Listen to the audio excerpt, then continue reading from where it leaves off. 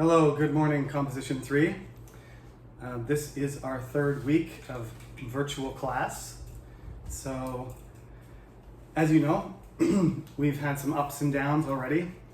Let me talk about the attendance thing. So I don't know exactly what's going on.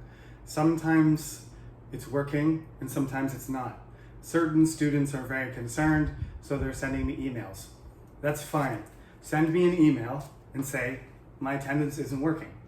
However, I'm not going to continue to answer dozens of emails. I have 180 students. The problem is ongoing.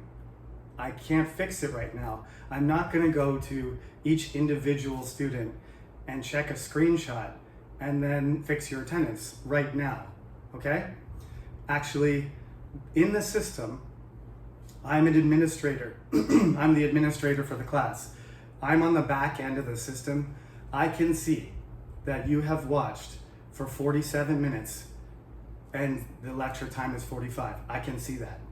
I can see that you've watched for 175 minutes, or I can see that you've watched for 10, okay? I can look at every student, every class individually. I'm not gonna do that because it takes forever, okay? So the problem is not even a problem, because manually later I will change it, but hopefully they will fix it and the system will update, and then I won't have to spend hours fixing it. That's what I'm hoping, okay? So you don't need to email me and say, Professor, please fix it now. I'm not going to fix it now. Either they'll all get fixed at the same time, or at the end of the semester, we will come up with a solution. Maybe some people will help me, because it's not my job to switch every little problem. If you have an absence or there's a mistake, like one student in a class, that's fine. But what we have here is a system-wide problem. So just forget about it. I'm not going to change the way we're doing it, because I'm hoping that everything will update and it'll be fine. So forget about it. You're older students. This is Composition 3. I didn't write Composition 3, but this is Composition 3. Most of you have been freshmen, or you've experienced 2 years of problems. Don't panic. You know me, most of you. I know half of you from teaching you before. I do my best to manage the online system, and I never penalize anybody who doesn't deserve it, right? You all know that. I'm not a mean teacher, I'm fair. So I can see that the system isn't working properly, and I can check your attendance personally. So if that has to be done, it will be done.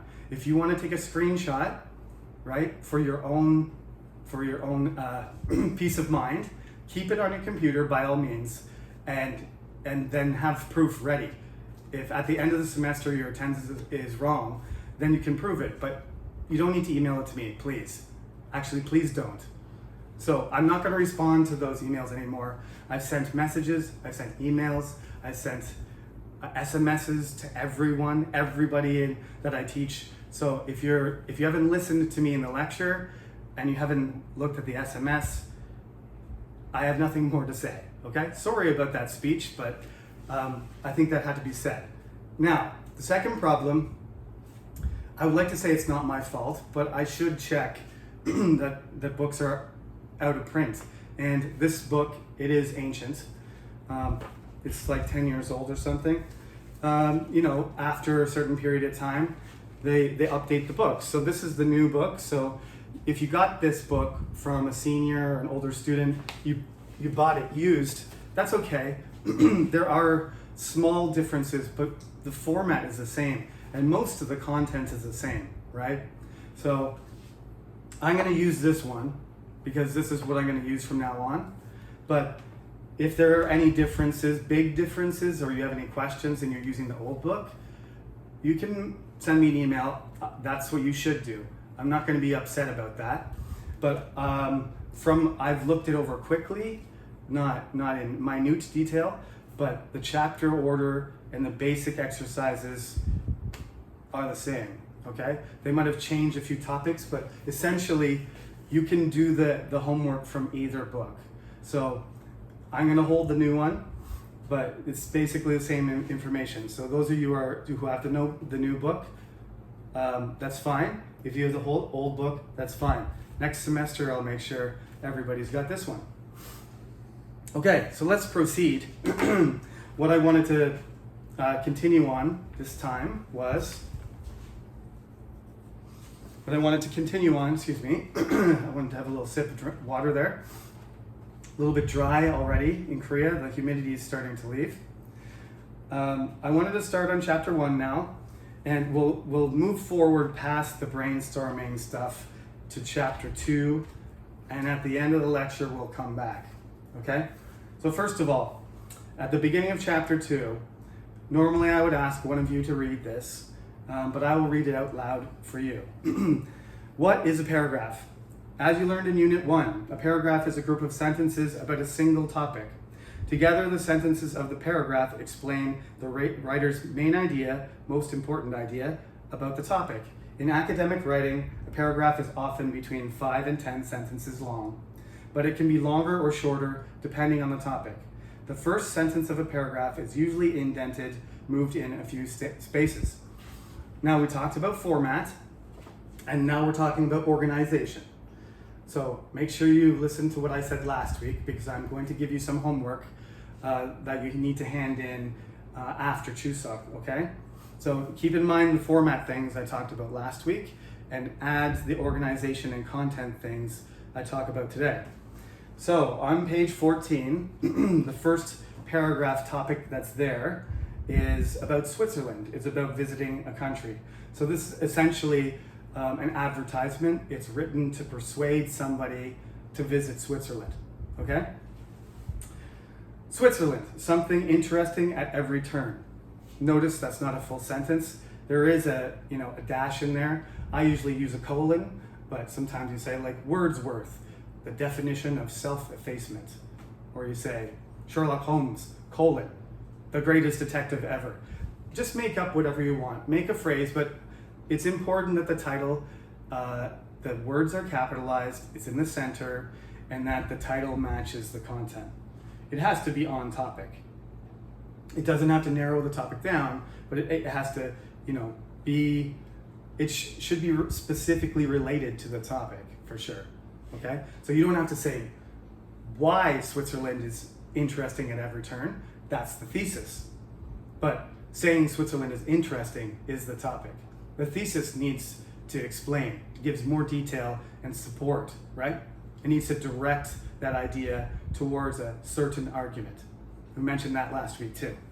So we are going to do paragraphs. Remember, we're going to do paragraphs first, and then those paragraphs are going to become the building blocks for a short essay at the end of the term. It's essential that you write really neat, organized, well-supported, connected paragraphs first, because if your paragraphs aren't organized and neatly connected themselves, how can they be well connected to everything else on different pages and your main argument at the beginning? So we'll start focusing on the paragraph, and then we'll start putting paragraphs together, and eventually, all the pieces will come together and we'll write a paper in November. So this is what I like to call this a standalone paragraph, right? So this paragraph is not meant to be connected to any other. So it has a beginning and an end. All paragraphs have a beginning and an end, but the conclusion of a paragraph in an essay often has an easy transition to another point, right? So you can leave that, you can be moving on to another point at the end of a paragraph in an essay. But when you write a paragraph and that's it, start to finish, and there's nothing coming after it, you do want to make sure it's clear that what you want to say is over, okay? So,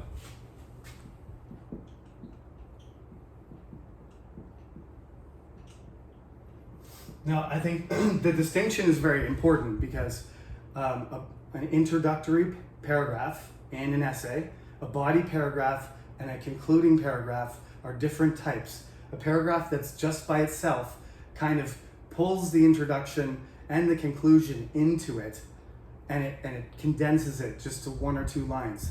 So you got to think about almost like an academic paragraph as a very simple, the simplest type of essay. It's not an essay, it's kind of like a prototype, okay?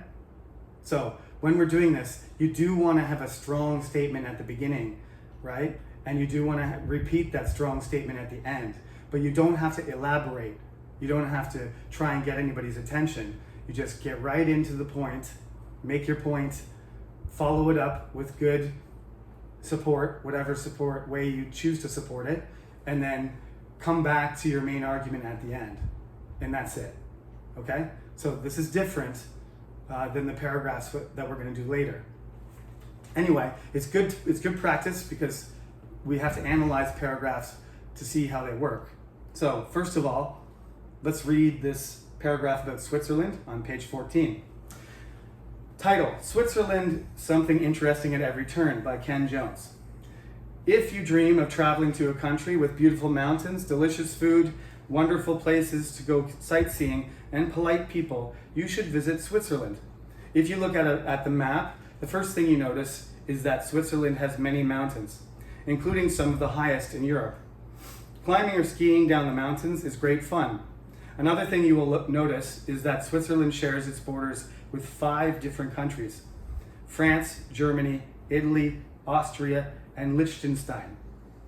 In fact, there are 4 official languages in Switzerland: German, French, Italian, Romansh. All these groups of people make Swiss culture very interesting. Finally, Switzerland has many cities and interesting places to visit. Cities such as Bern have modern buildings like the Paul Klee Zentrum, yet the traditional alpine refuges in the mountains show that the country's old traditions are still alive. All the people, places, and things to see make Switzerland a great place for a holiday.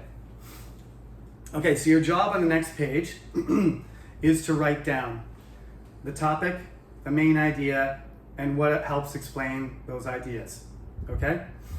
On the next page, it shows you the basic composition, topic sentence.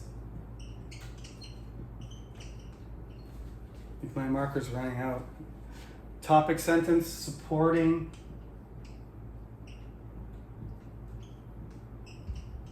sentences, topic sentences, supporting sentence, and the concluding sentence.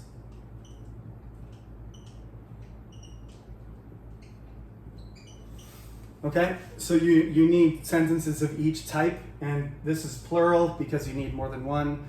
Like they said, 5 to 10 sentences, but I'm looking for 10 or more, okay? 20 is easily enough. You don't need to go crazy, but around 10 sentences is what I'm looking for from you, okay?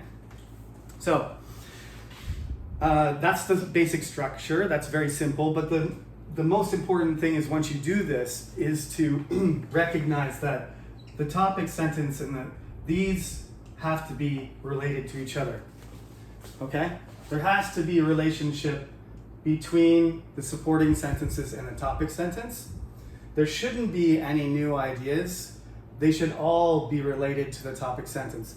And the concluding sentence should in some way connect very strongly. It doesn't have to exactly repeat. You can't write the same sentence, but you have to come back to the same idea in some way. Reword it, apply it, emphasize it, say how important it is, right? Something like that. But come back to that idea in your last sentence. And then you don't have to write the end. Some students write the end or finished or thank you. It's not a letter, it's not a movie or a storybook. The last sentence should clearly tell you that your writing is done. Okay? So, now, is this a good paragraph? This is the question, right? We're going to be talking about this a lot this semester, because you need to analyze other writing in order to notice your own mistakes, right? It's not easy to write your own writing and then just say, oh yeah, that's perfect, I'll hand it in. You need to acquire the ability to analyze and criticize writing. And you do it to other people first. You read and you get taught what things, are advantageous, should I say. Some things that allow you to communicate your ideas in writing better, and that those things need to be there, and they're just fundamental. If you don't have them, then your reader gets confused, they misunderstand, or perhaps maybe just your effort is, not attractive or not compelling, right? Your argument can be strong or it can be weak, and you want to present it in the strongest way possible. So there's a lot of things you need to think about when you're writing. When something's really important, it doesn't matter if you're a business person and you're trying to convince somebody, to do business with you, to invest in something, to buy a product, right? Or you're trying to, you're trying to convince somebody of a political position. When you're writing for your professor, you're trying to convince me to give you a good grade. But basically, the way you get a good grade from me is writing an effective argument. So it doesn't matter if you're an English major or a business major or an engineer or a science major or social science. The technique, the strategy is always to present things in a logical, organized, effective way so that the person can clearly see how your argument makes sense, right? And that's what we do essays for. People don't usually write essays for fun unless, they're famous philosophers and stuff like that. Some people do, really intelligent people do write essays in their free time, but for most of us, including professors, we do this because we feel it's valuable to put things into words and to try and communicate those ideas to other people.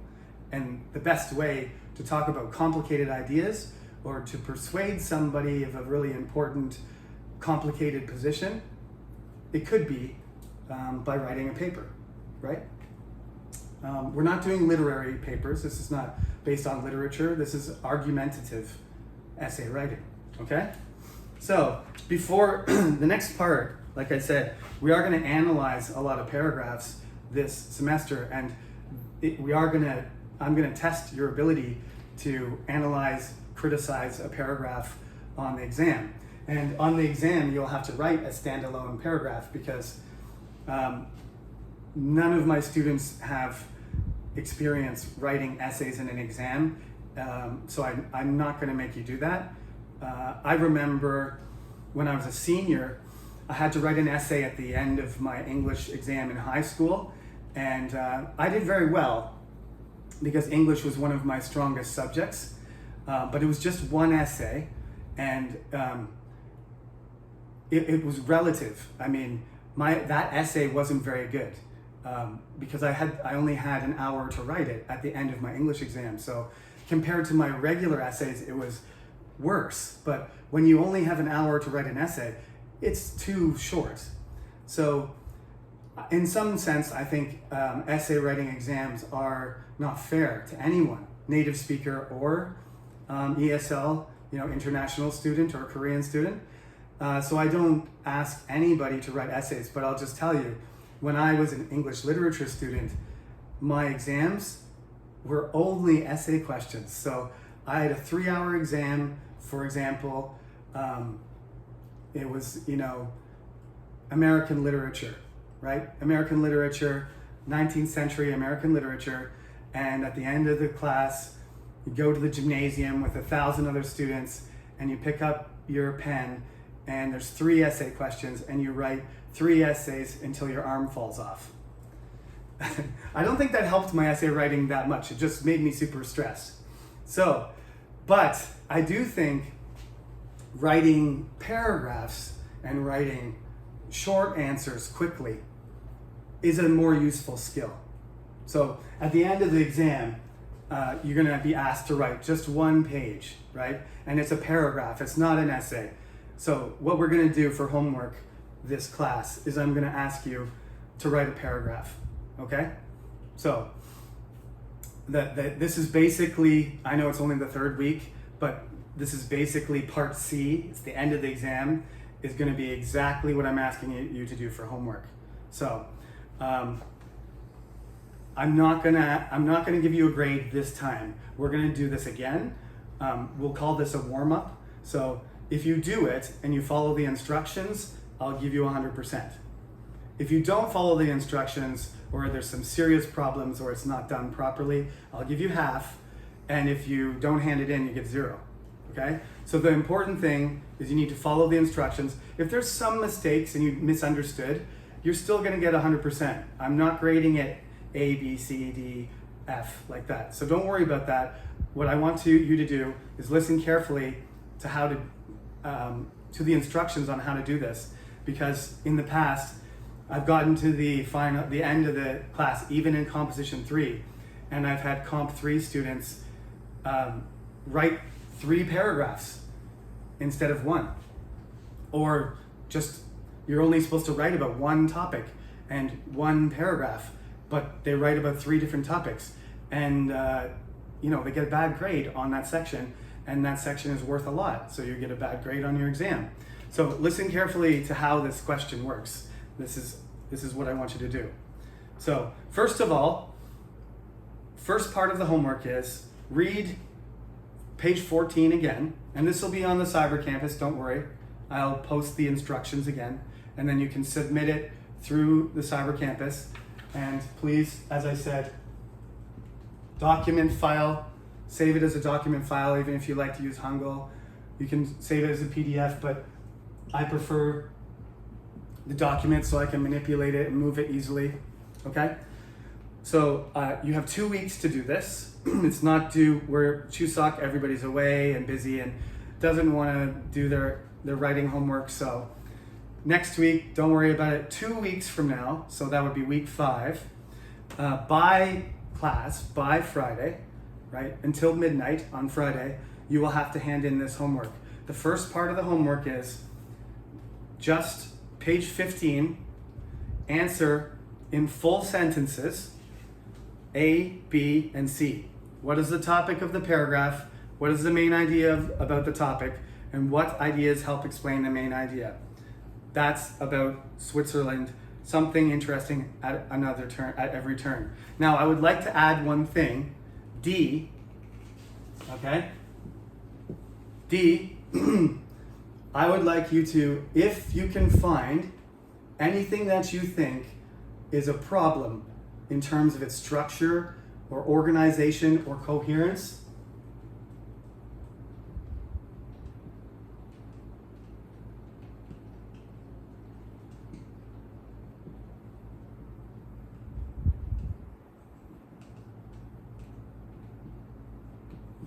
I want you to criticize it. This is not a perfect paragraph, so look at it, and there are things.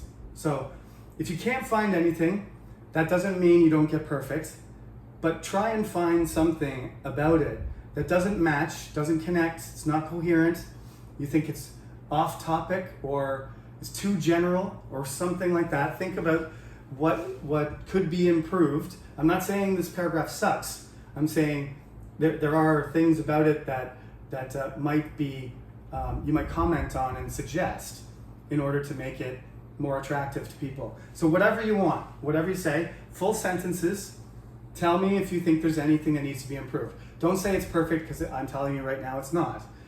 Just play detective and try and find something, some flaw in it, some weak point, and point it out.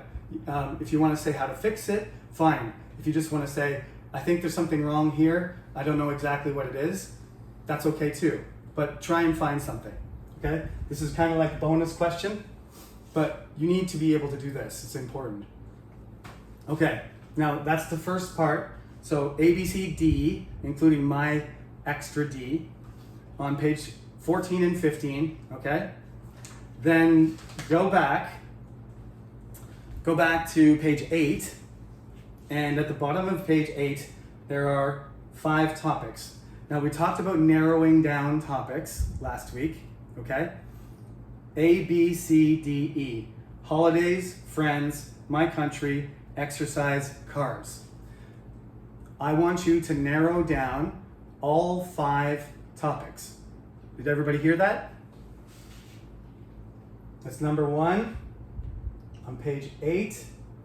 And I want A, B, C, D, E, and I want a sentence. I want a thesis sentence. So I want you to narrow it down and take a position, because that's what I taught you last week. I want to see if you can do it, okay? So you got to make a sentence for holidays. Narrow it down, take a position. Friends, my country, exercise, cars. I told you what to do, remember? Especially the question, answer the questions. Where, what, when, why, right? How, okay? Make a good sentence that answers those questions, plus make sure there's a reason, right? Reason, an argument, not something that's based just on a fact, but something you can argue, okay? So narrow these down.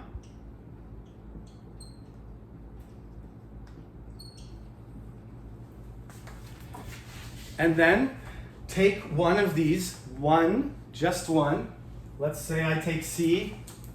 C is my country. And I narrow it down. I say, Canada in the 19th century was a developing country that was part of the British Empire. And life for Indigenous people was, let me rephrase that. Life for the Indigenous people, the Indigenous rights, the rights of Indigenous people were not respected.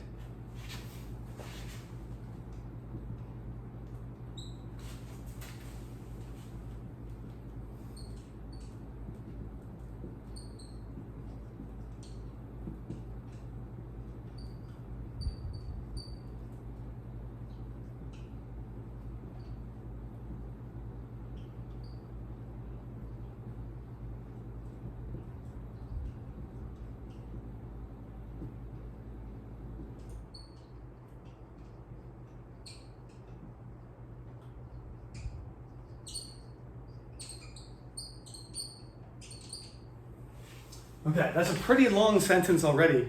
Now I could make it even better by saying, because the government believed in a Eurocentric education plan.